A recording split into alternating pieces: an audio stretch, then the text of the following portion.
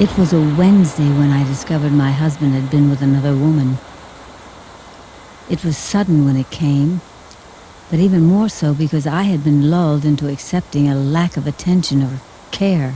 I was always on my own. My father died before I knew him. Mama was always working. And my brother was too busy gambling at the racetrack. Always a sure thing, he would tell me. Well, I bet on a long shot once too often. I had come home late from work. One more plate of spaghetti at table 3, and an hour-long debate over which wine to have kept me after hours. I hadn't taken off my coat when my husband had me out the door and across the street to the park. We had walked together through this park so many times. We had played and had picnicked and had shared an ice cream from a sidewalk vendor. But today we sat on a worn bench and the gray paint was chipped, revealing green paint underneath. The rest is a blur. But in the midst of this is a figure of a sharply defined shadow. One that can never go away because no light casts it. My days were dark now, and a strange thing happened. I always realized life was a gamble. If you play the game, you'd better be prepared to lose. For the first time, I began to understand hate. It was such a strange feeling for me because I had spent my life always looking for the good that I believe exists in every person. My mistake was what I overlooked along the way. It's easy to make up excuses for why things happen, and it's even easier to make up an excuse for taking it. I went from one day to the next, caught in a quiet desperation. So many thoughts crowded my mind at once, and their relentless force strangled every belief that I once held so dear. That's the funny thing about hate. It's so similar to its opposite. Once it gets started, it's so hard to stop.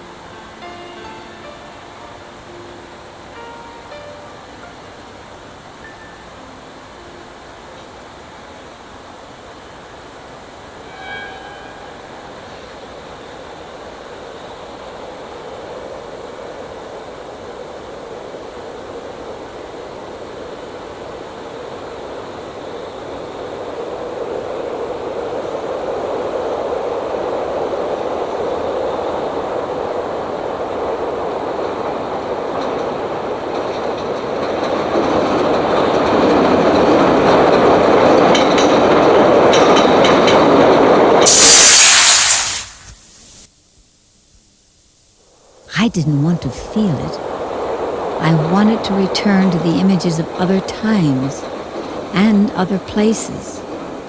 But now the images I returned to, the ones I discovered so long ago, only mocked me because I slowly realized they were never real to begin with.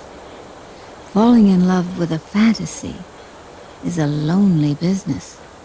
And a selfish one, too, because fantasies only take. They feed off the images we create for ourselves and slowly drain the life from them. I made the mistake many continue to make. I tried to make a fantasy real, a flesh and blood creation that could hold me in a way the image of it never could. I needed a fantasy to love me, because all along I never really loved myself.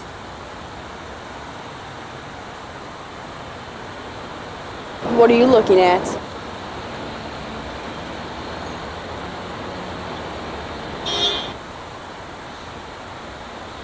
People walk with their eyes held low, and a glance at a stranger is an unwelcome intrusion. I understand, because I was bitter too.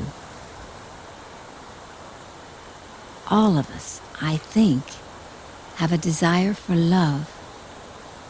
It takes many forms and shapes, but its danger lies in obsession. Many want to be loved, but very few of us feel loved. I saw in myself a great love for others, and that was a comfort, because then I wouldn't have to face the reason why I didn't think I deserved any. Today we saw a great many faces. I saw a shadow of myself in each one of them. Some faces live in a past fantasy, the way things should have been, and other faces exist today as things continue to be. The past and the present bear many similarities, but to lust for the past only makes today yet another fantasy. The sign on Mr. Kelly's used to say, "Always open for business." So I wanted to tell you just a few things. I'm glad we could get together, because it doesn't happen so often now. I'm old, and many think I don't have much to offer. But next time you see an old face, just try to imagine what kind of pictures are behind it. And don't be afraid if a few of them are not worth looking at. I think we all have a few pictures we don't want published. But I thought I'd show you all of mine. I don't want to hide anymore. I realize today I don't have to.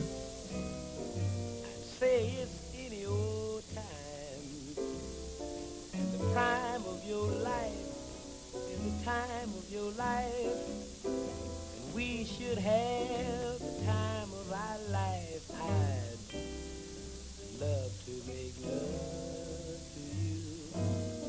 Please say that you want me to, 'cause any old time in your prime is the time to begin.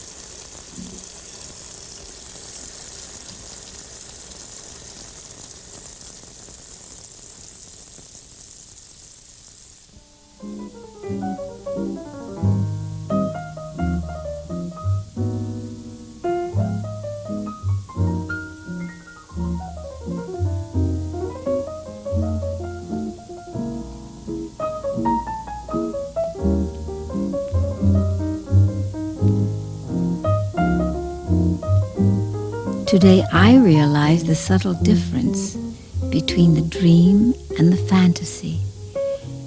A dream will sustain you because its mystery is a long journey and a never-ending quest. The fantasy, though, that's a movie at a neighborhood cinema. You pay the admission price, pull up a seat, and watch it all happen before you. So you see, a dream happens with you, and it costs only as much as you can afford. Maybe nothing, maybe everything. That's up to you.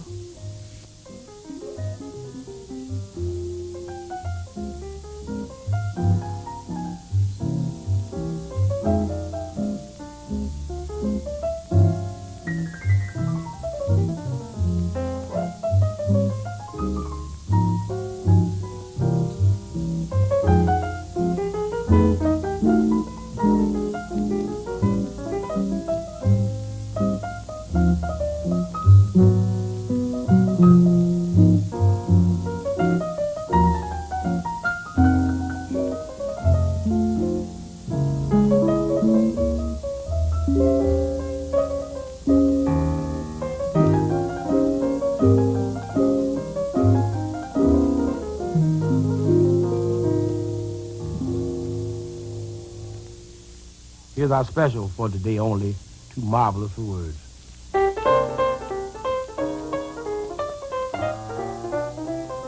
You're just too marvelous for words, like glorious, glamorous, and that old standby amorous.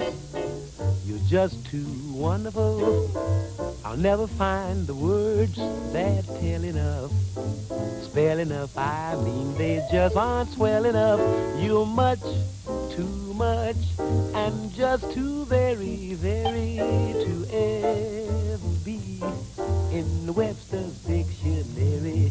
And so I'm borrowing a love song from the birds to tell you that you're marvelous, too marvelous for words.